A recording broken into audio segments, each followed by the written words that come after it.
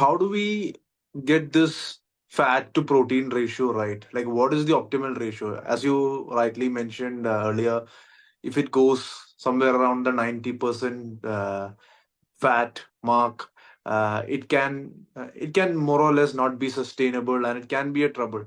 So how do we get that ratio right? What is the optimal mark, and what are the factors on which we decide this? Great question. So that is up to the purpose that someone is doing the diet. So if someone, so when we talk about these first ever international institutional guidelines for type 1 diabetes, a lot of the discussion was not about doing this approach with like a 90% fat or 4-to-1 ratio ketogenic diet. It was around having a sustainable higher protein approach to the diet that's well formulated for various whole food, nutrient dense food ingredients. But if someone's doing the approach, they could be doing it because they want to lose weight. Maybe they just want to feel better. Maybe they're doing it because they themselves have epilepsy or their child does. And so they've heard of the literature on ketogenic diets and helping assist with attenuating seizures. Or it could be a number of reasons why someone is considering this. And frankly, there is no one size fits all situation for everyone. If they wanted to do this approach or they had a reason they were doing this approach, each one has a nuanced consideration to it. But one general guideline on this approach is that when you start the diet, there will be a transitional metabolic transition. It's often reported as something called, it's an unscientific term, but it's often used, called keto adaptation or fat adaptation. So we know that's going to occur for most people because most people are on a high carbohydrate approach. And so most people should at least, one, be prepared for that transition, being prepared to have the appropriate minimal supplementation until the body fully adapts, like sodium, potentially magnesium, potassium. That's an important consideration. You also need to account, if you actually have a disease, if you're lowering carbohydrates, oftentimes in diseases like type 1 diabetes or type 2 diabetes or others, it means an almost instantaneous reduction in medication, especially insulin. Or if you start losing weight on the approach, if you're let's say overweight or obese and you wanted to lose weight, and so you're doing the approach to help you have a sustained approach to weight loss, well then you also need to consider the weight loss as it would be a positive thing for that person, but that also affects, let's say, if they're hypertensive, their blood pressure medications. Or if they're type 2 and they're on insulin because of insulin resistance to manage glucose levels, that might mean a reduction in insulin requirements.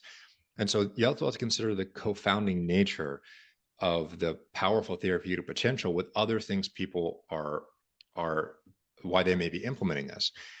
There's also the consideration for performance. Some people want to do this because they want to maybe have some of these health-related benefits, but also have considerations for physical activity and physical performance. And we've done a number of studies in this category. And suffice it to say, it's important to also consider the adaptation timeline, particularly around physical performance, because a lot of the literature that shows changes, at least negative physical performance effects, are very short term, meaning when someone first goes on this diet and they first transition, you can see a lot of literature that says, okay, you might not perform optimally for a few weeks until you undergo a number of key physiologic and metabolic changes. And so understanding that if you are on this journey, you need to find a sustainable way to do it, because ultimately a lot of the benefits that people might be utilizing it for often come through habituation, sustainability, and sticking with the approach over time.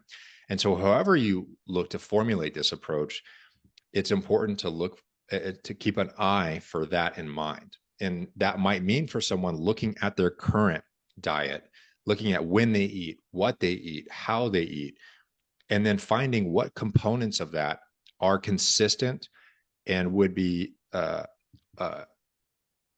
consistent with a very low carbohydrate or therapeutic carbohydrate reduction approach, because that's already a part of what someone's doing. And so it's not a major change to keep those things. But then you look at the things that you're doing that are not compatible with the diet, and you can remove them. You're going to have to remove them, but then you can also find ways to supplement those. That could be, hey, I really loved sugar in my coffee, or I love barbecue sauce, or I love a certain type of Thai sauce, whatever it might be. You can look for recipes online that allow you to replicate that same flavor profile, but do so with ingredients that are consistent with lower carbohydrate dieting. And that's completely achievable. In fact, one easy tool is you can just go to Chat GPT and just type in, "Hey, I want to eat this food.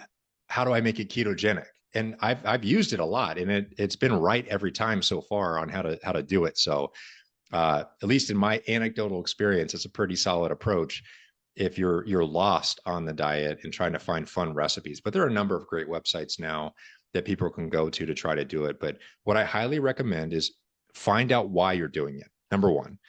Then once you know why, look for people or communities or individuals who are succeeding doing it that way, and then find out how they're doing it.